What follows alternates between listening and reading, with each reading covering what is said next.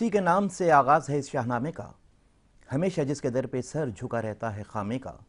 वो जिसने एक हुर्फ़ कुन से पैदा कर दिया आलम, कशाकश की सदाए हाहू हू से भर दिया आलम।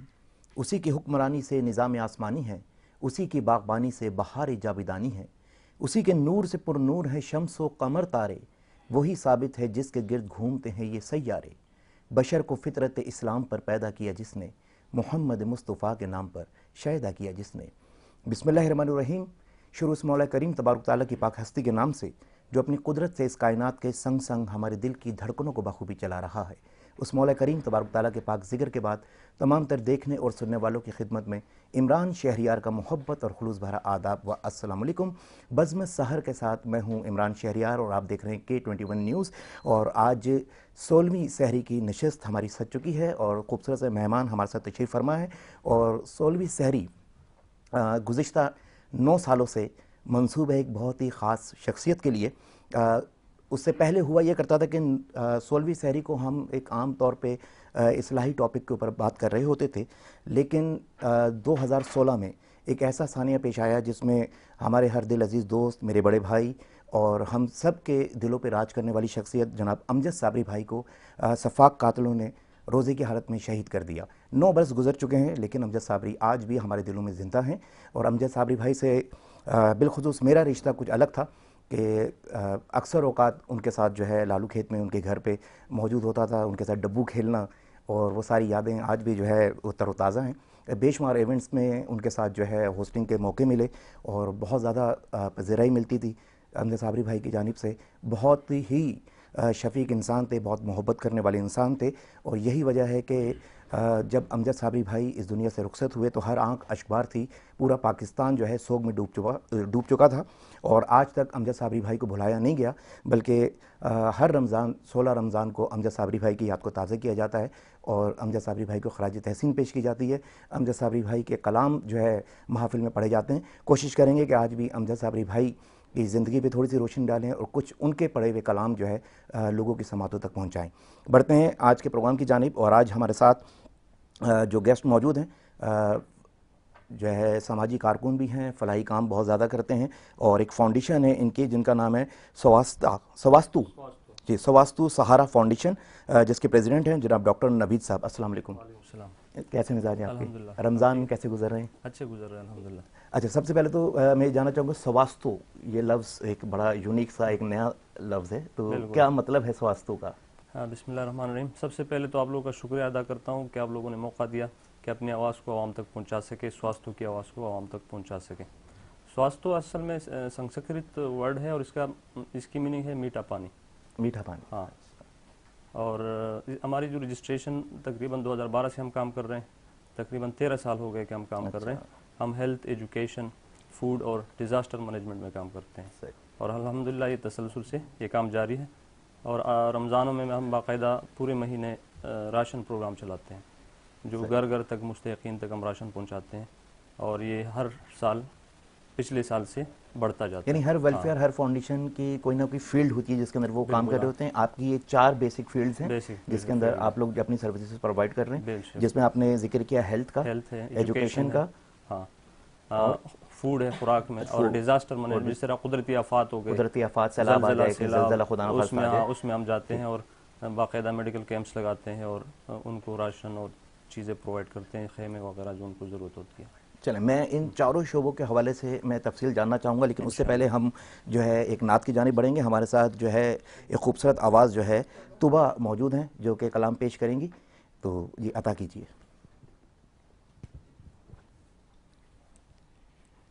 मंगते खाली हाथ न लौटे, कितनी मिली खैरात न पूछो, उनका करम फिर उनका करम है, उनके करम की बात न पूछो।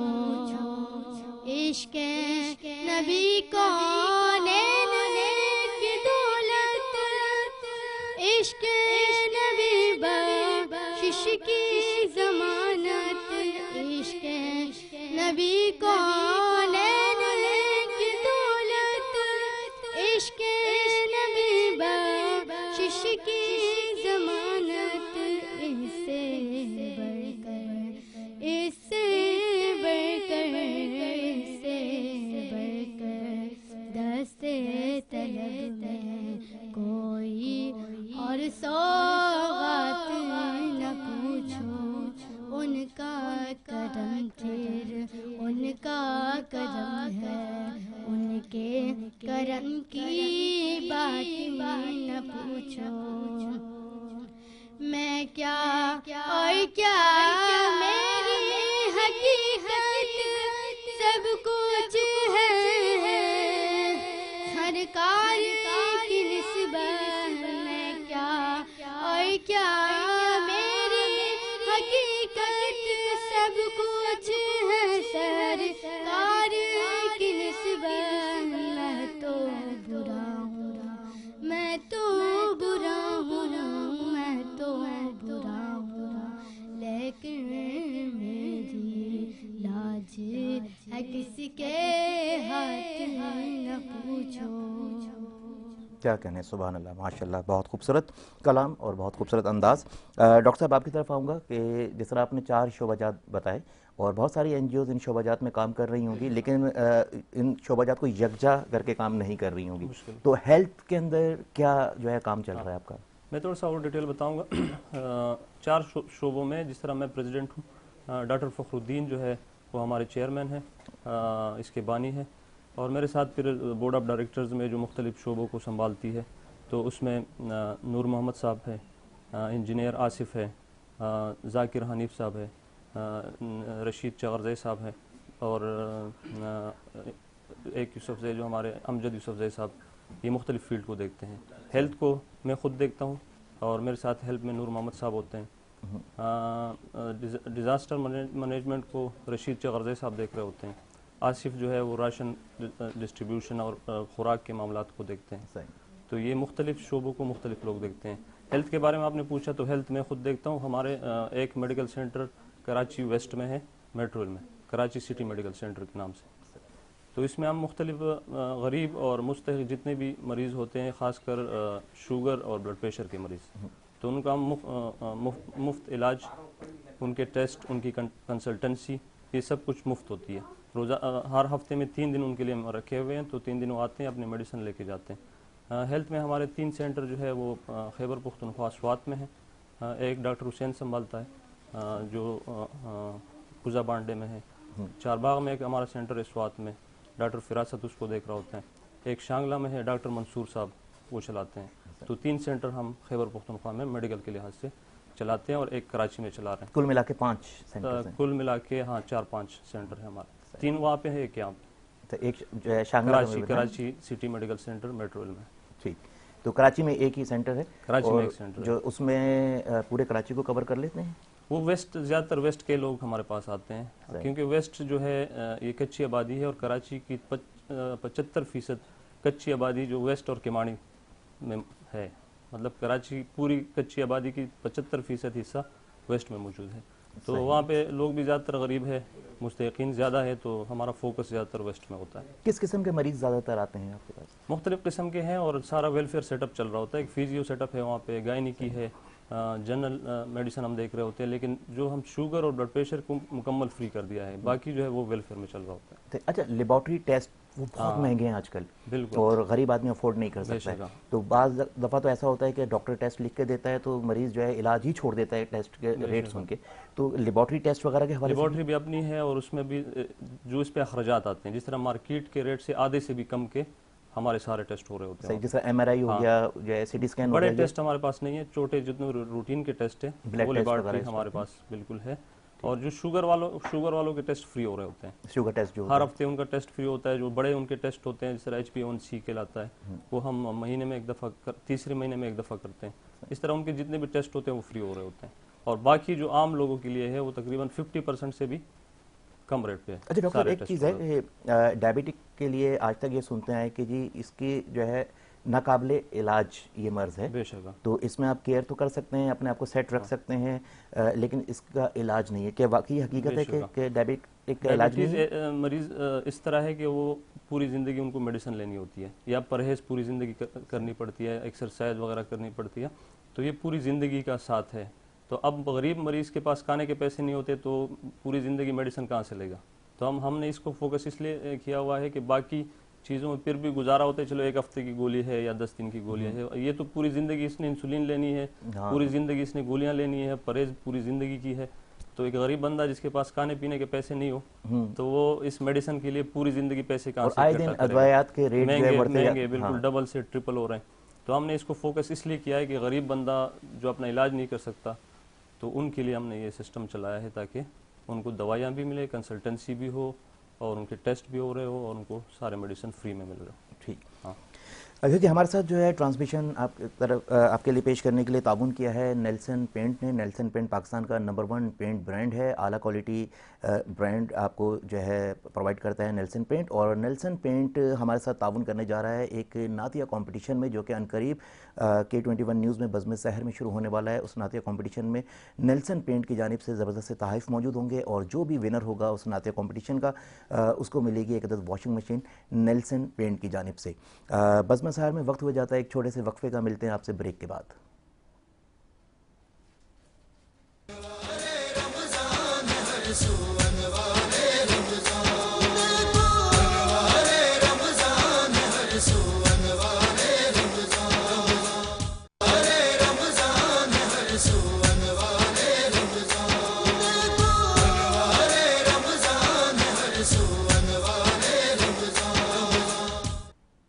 Welcome back. बज़्म सहर में एक बार फिर आपको खुश आमदीद कहते हैं।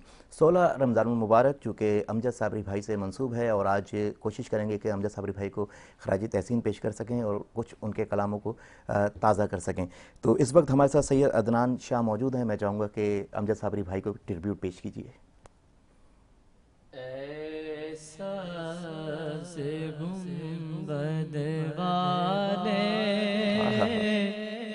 मंजूर दुआ करना जब वक्त नज़ाए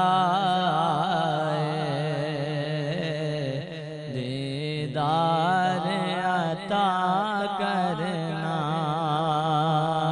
जब वक्त नज़ाए दीदार अता करना।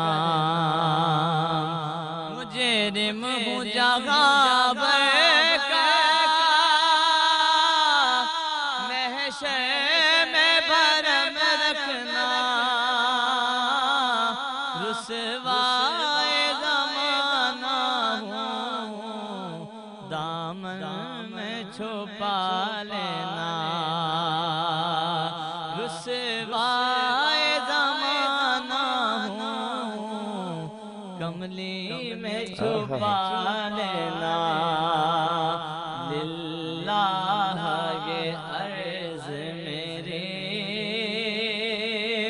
मकबूल ज़रा करना जब वक्त नज़ाए दीदार अता करना। और मुझे वो वक्त याद आ गया और आपने क्या मौजूद छेड़ा है और ये यकीनन लाखों नहीं करोड़ों दिलों की जानते हैं। बिल्कुल बेशक भाई अमजद साबरी। तो ये शेर मैं समझता हूँ और हुजूर की बारगाह में मकबूल तरीन हो गया। हाँ मैं कब्र अंधेरी में घबराऊंगा जब तन्हा इमदाद मेरी करने आ जाना रसूलुल्लाह। मैं कब्र अंधेरी में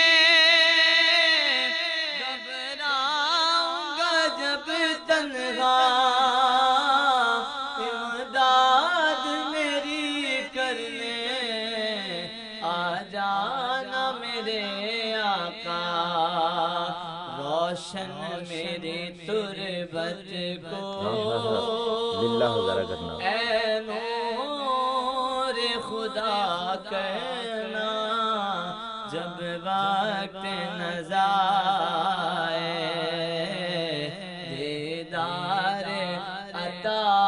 करना और चेहरे से ज़िया पाई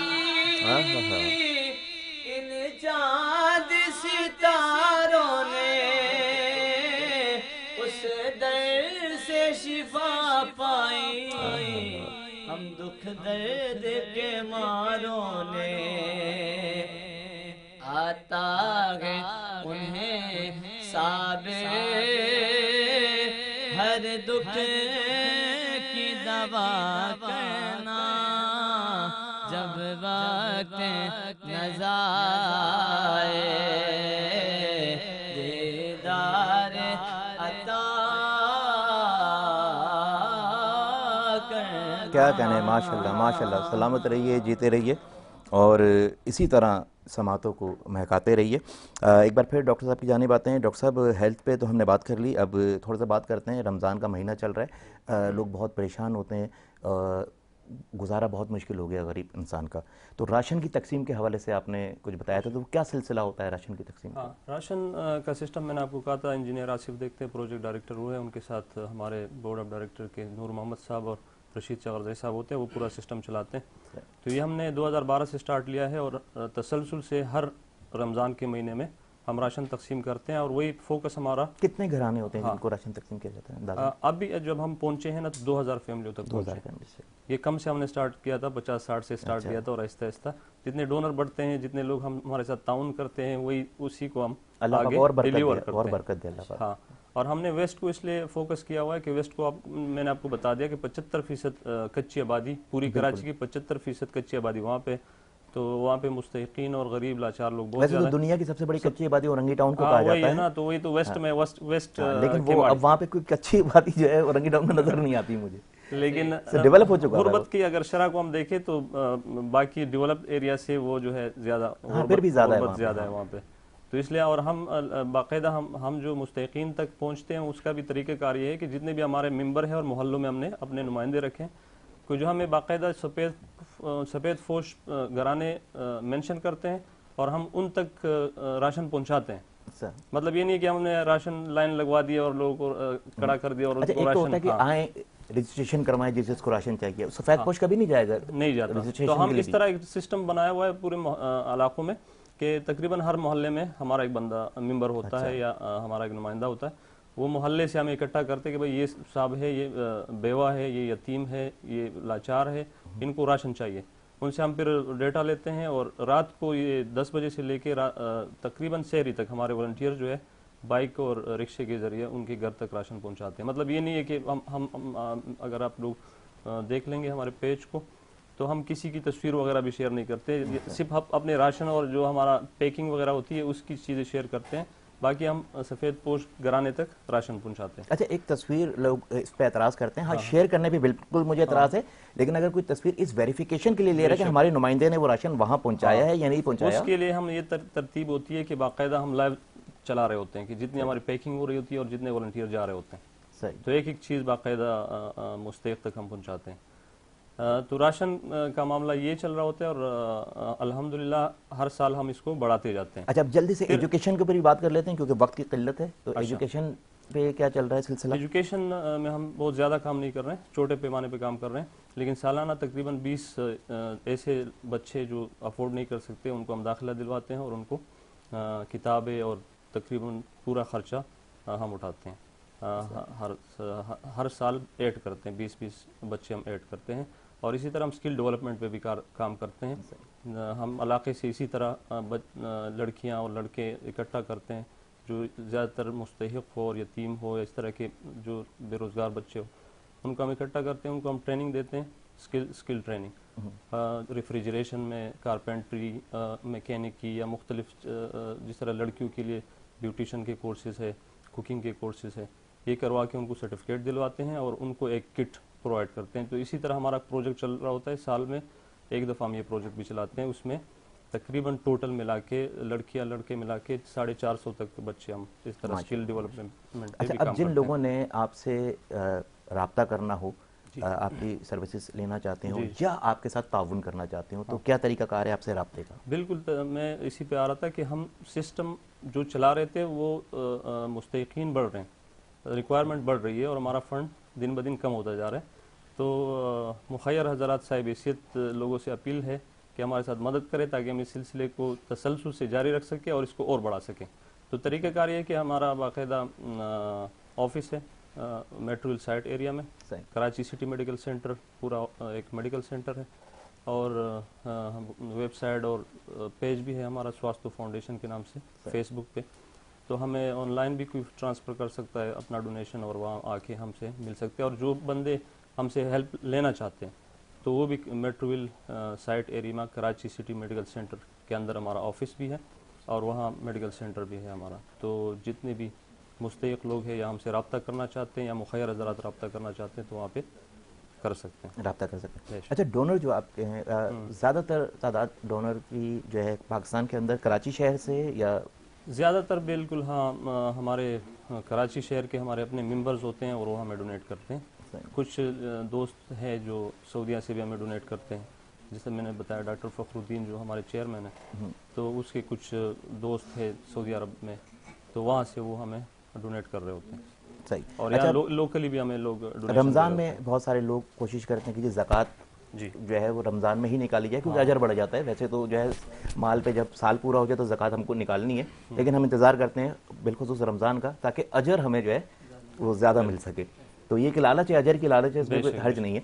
बाकी तो वो अगर ज़कात वगैरह कोई आपको देना चाहिए, जैसे और NGOs कैंपेन चला रही होती हैं ज़कात के हवाले से। बाकायदा हमारा मैं वही कह रहा हूँ, जो मेडिसिन हम दे रहे होते हैं उनकी भी हम इतनी वेरिफिकेशन करते हैं और उनसे ज़कात का फॉर्म साइन करते हैं क्योंकि वो भी ज़कात के मुस्तहिक लोग होते हैं। सही। और जो हमें ज़कात दे रहे होते हैं वो हमें बता देते हैं कि ये ज़कात है, क्योंकि हम उसी हिसाब से फिर अभी कल क्योंकि हमारे राशन के लिए फ़ंड कम हो रहा था, एक जिस तरह डोनर जिनको हम जानते भी नहीं थे उन्होंने कॉल की और बाकायदा 100 फैमिलियों के राशन के लिए उसने हमें डोनेट किया।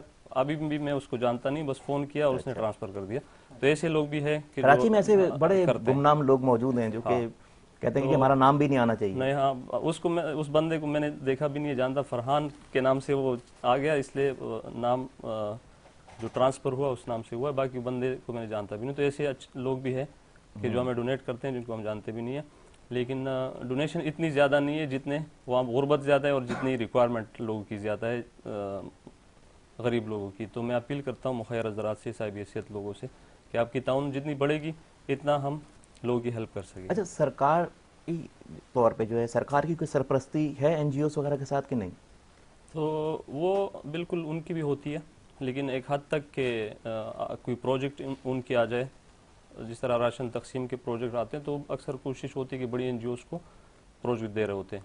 जिस तरह हमारे सेटअप में गवर्नमेंट की तरफ से वैक्सीनेशन चल रही होती है वो फ्री है, या कोई इस तरह कोरोना में मुख्तलिफ प्रोजेक्ट्स आते थे तो उनकी तरफ से होता था।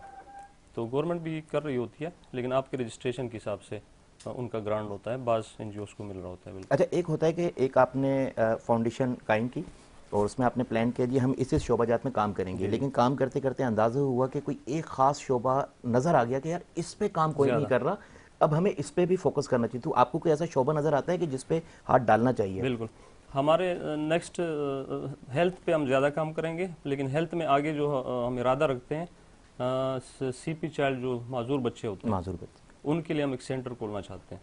अच्छा। तो हमारे प्लानिंग में और आगे उस गोल में यही है कि हम एक CP चाइल्ड के लिए एक सेंटर खोलें जिसमें बच्चों की एक्सरसाइज, उनकी लर्निंग, उनकी एजुकेशन, साथ में सब चीज़ें एक पूरा सेंटर होगा।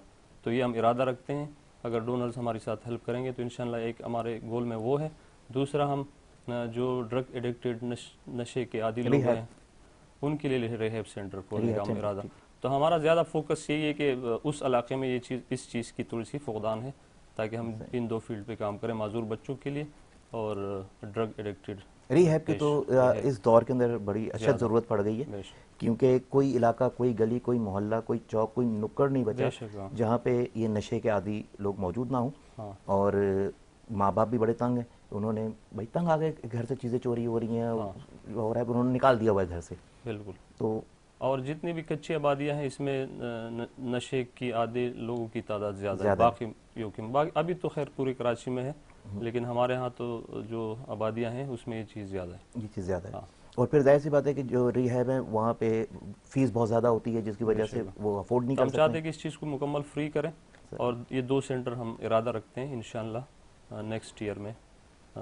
इरादा है कि अगर हमारे पास फंडिंग प्रॉपर होगी तो हम ये प्रोजेक्ट शुरू करेंगे। चलिए, मैं भी मुखैर हजरात से अपील करता हूँ कि बहुत ही ज़बरदस्त ये 2 प्रोजेक्ट्स जो ये करने जा रहे हैं तो उसमें मुकम्मल ताउन कीजिए, क्योंकि मुकम्मल फ्री जो है रिहैब सेंटर और सीबी चाइल्ड का जो सेंटर कायम होने जा रहा है, तो उसमें अगर आप लोगों का ताउन होगा और आप लोग सरपरस्ती करेंगे तो यकीनन जो है कामयाब तरीके से ये दोनों प्रोजेक्ट जो है पाए तकमील तक पहुँचेंगे और लोगों को फ़ायदा ही होगा इन प्रोजेक्ट से।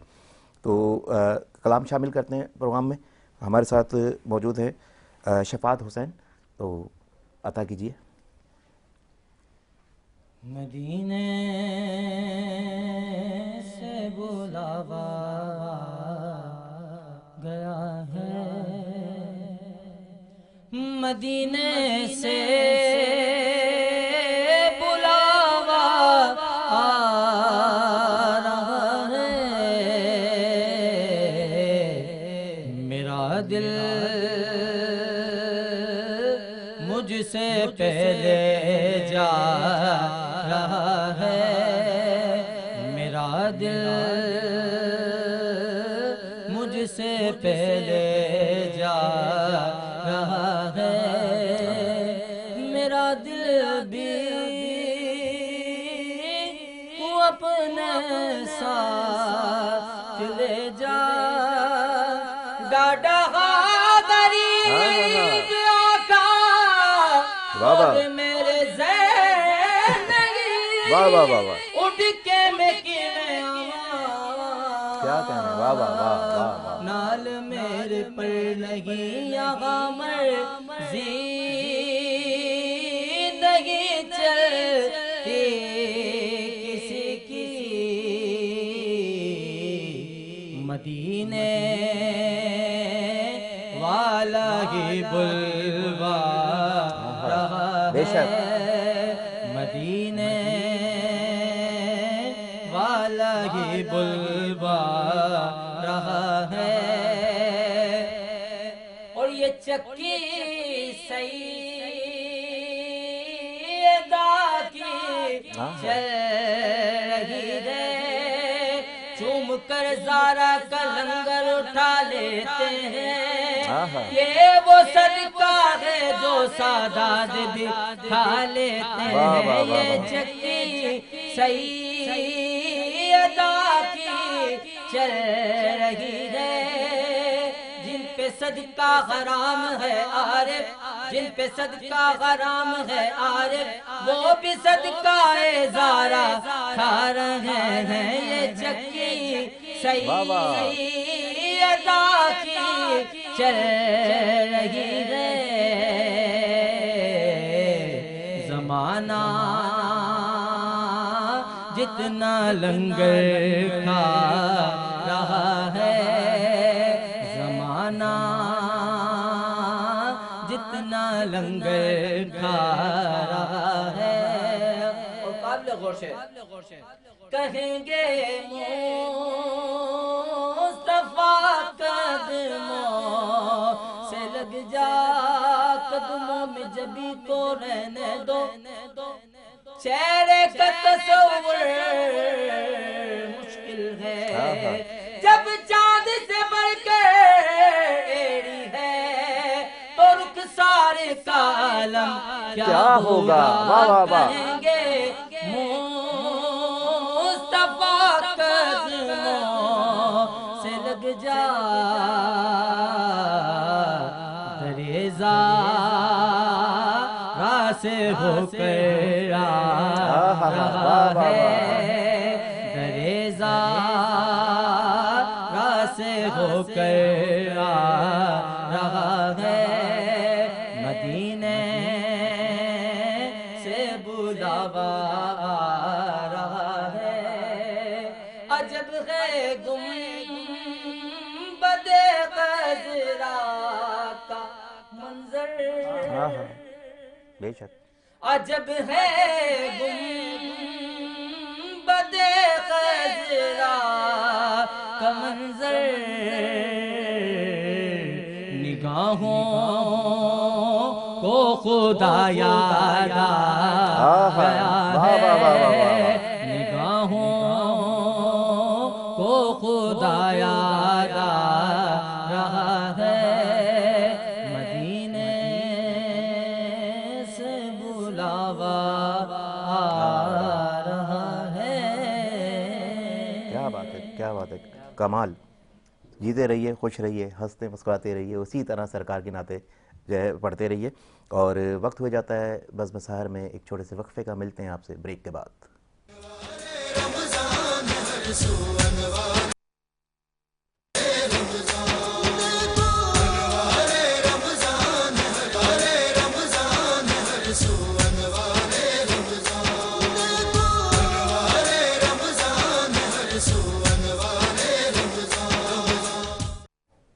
Welcome back. बज़्म सहर में एक बार फिर आपको खुशामदीद कहते हैं। और बज़्म सहर में ताउन किया हमारे साथ नेल्सन पेंट, पाकिस्तान का नंबर 1 पेंट ब्रांड, रंग ज़िंदगी के नेल्सन पेंट। और नेल्सन पेंट के ताउन से एक मुकाबला हुस्न नात भी अनकरीब यहाँ पे होने वाला है बज़्म सहर में, जिसमें जो बच्चे पार्टिसिपेट करेंगे और जो विनर्स होंगे उनको नेल्सन पेंट की जानिब से ज़बरदस्त तोहफ़े भी दिए जाएंगे।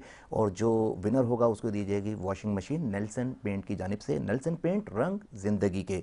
और साथ ही साथ हरम कॉस्मेटिक ने हमारे साथ ताउन किया है, और गैलेक्सी स्मार्ट सिटी, जो चाहते हैं कि पाकिस्तान का हर मिडिल क्लास अपने ज़ाती घर का मालिक बन सके। आइए एक बार फिर बढ़ते हैं हम अपने मेहमानों की जानिब, और हमारे मेहमान डॉक्टर साहब हमारे साथ मौजूद हैं। डॉक्टर साहब, काफ़ी सारे शोबाजात गिनवाए, बहुत ही उम्दा, बहुत खूबसूरत काम चल रहे हैं। डिज़ास्टर मैनेजमेंट के हवाले से भी आपने जिक्र किया था। तो पाकिस्तान में अमूमन कभी सैलाब आ जाता है जब बारिशों का सीज़न आता है।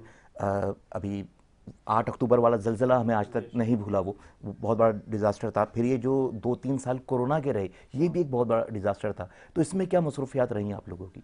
हाँ, बाकायदा जो ज़लज़ला ज़दगान थी उसके लिए भी हमारी इमदाद की, बाकायदा हमारे पेज पे वो वीडियोज़ और सारी चीज़ें पड़ी हुई है। और अभी जो रिसेंटली जो है वो तो सैलाब ज़दगान, जो सैलाब आया था बलूचिस्तान में और मुख्तलिफ पंजाब और सिंध के इलाक़ों में। तो बलूचिस्तान थोड़ा सा ये था कि वहाँ पे एनजीओज़ कम पहुँच रहे थे, बाकी जो यहाँ के सिंध के इलाके थे या पंजाब के थे वहाँ पे लोग पहुँच रहे थे। तो हमने फिर उसको टारगेट किया, बलूचिस्तान को, और हमने तकरीबन 8-9 गाड़ियाँ ट्रक राशन और मुख्तलिफ खेमों और चीज़ों की वहाँ पे बिल्कुल पेरेफ्रीज में ऐसी जगहों पे पहुँचाई कि जो पूरे गांव ज़मीन अस्ती से बिल्कुल साफ़ हो गए थे और उनके पूरे गांव जो है तबाह हो गए थे। तो उनको खेमा बस्तियाँ वगैरह, खेमा और उनके लिए राशन और खाने पीने की अशिया, अद्वियात के लिए हमने कैंप लगवाए वहाँ पे।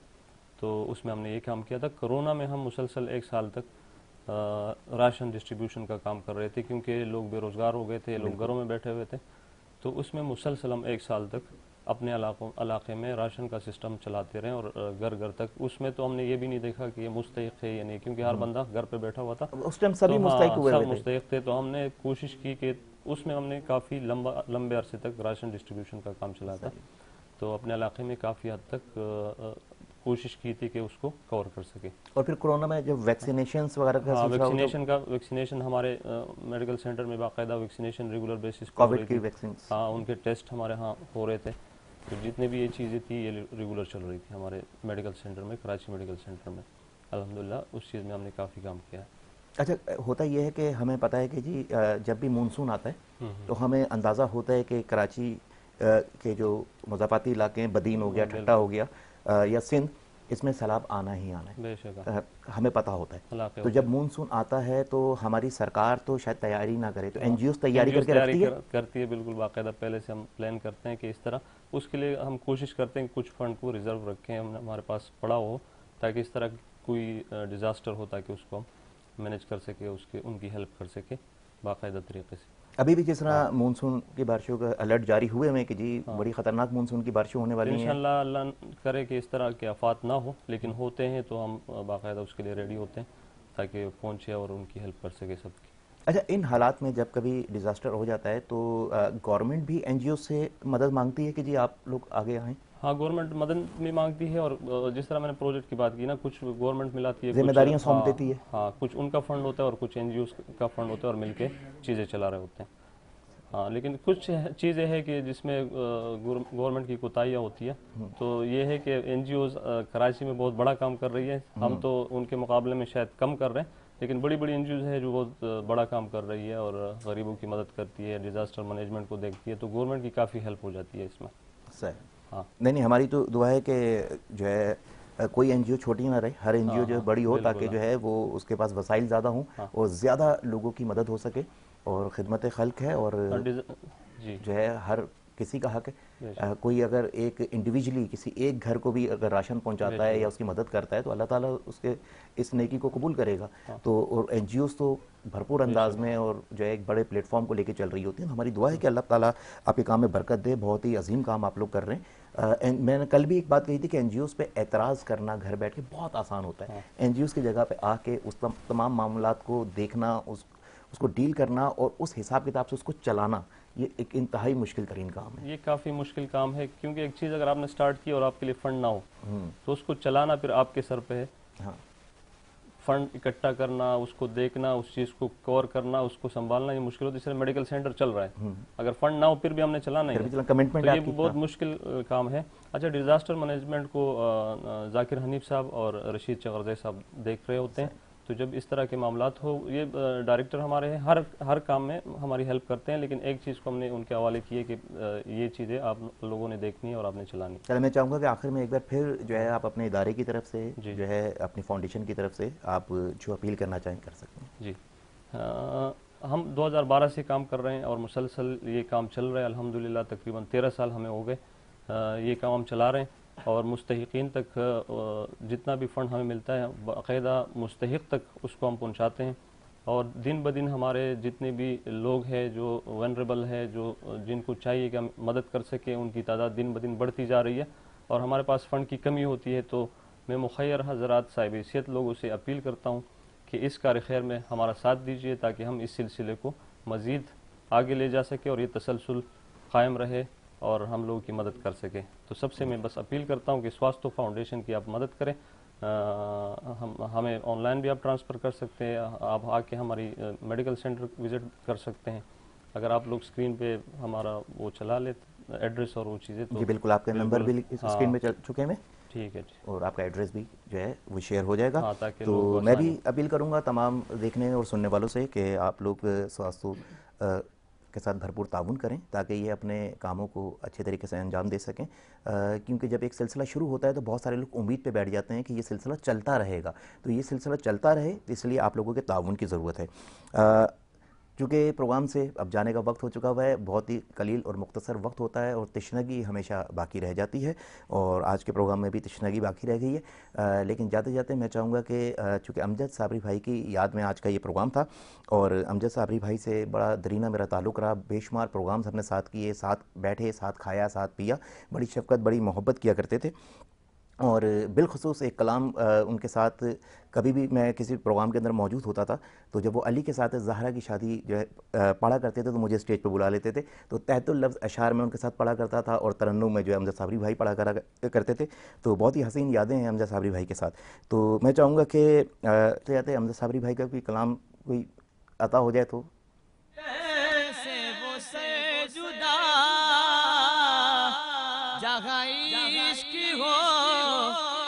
करबला मेरी बात उन्हीं की बात है, मेरे सामने वही जात है, वही देखो शेरे खुदा कहे, जिन्हें बाबे सल्ले अला कहे, वही पुख्ता है।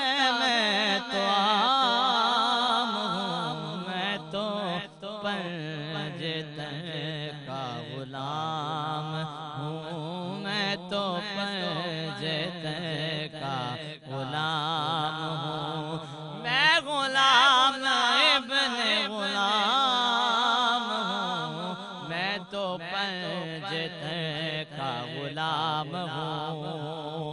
दूध पीता हुआ बच्चा ये सदा देता है, हुरमला सामने आदम किया क्या देता है। नाम असगर है मेरा, मुँह में अली का पोता, उंगलियों पे दर खैबर को नचा देता है। मैं तो पंजतन का गुलाम हूँ, हसन को बादशाह हर खास आम कहते हैं, अली का नाइब कायम मकाम कहते हैं।